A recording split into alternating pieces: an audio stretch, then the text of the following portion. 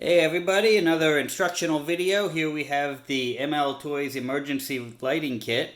This kit comes with 3 red and 3 blue LED lights to it.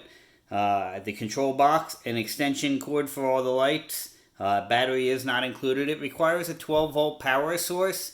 If you're using 18 volts or 24 volts, then you can use our voltage reduction module. If you have one of our ride-on lighting kits with the voltage reduction module, you can just piggyback it in with that. It can handle plenty of power for that. When you get the kit, it's got a red and black power wire to it.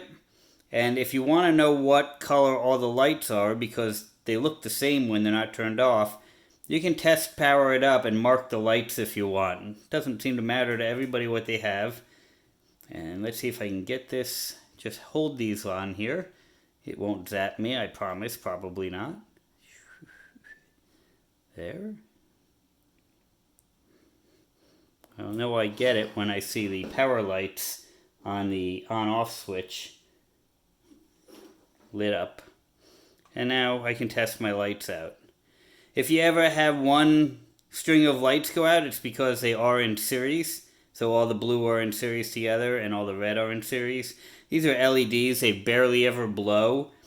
If you do have one go out, the odds are it's in one of the wires. And usually in the wires, it's in these white connectors. Now I'll show you a quick secret with these white connectors. They're very easy to plug in and unplug. Just a quick plug. But if you want to route the wires neatly in the vehicle and not drill giant holes, you can very easily unplug these tips. I don't know if the camera is going to capture this, but inside on the tips there's a little tab. Let's see if we can angle that. There's a little tab sticking up.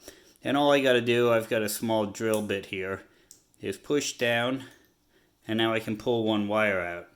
And if you're going to pull both wires out, I would recommend just taking a moment, marking the black side with the marker, so you remember when you put them back in. And again, a lot of times when people have issues with a light not working, it turns out that they didn't get the tab all the way back in, and the two tabs on the connectors are pushing into each other. But without these on, you can drill some really small holes in your vehicle to run the wires wherever you want.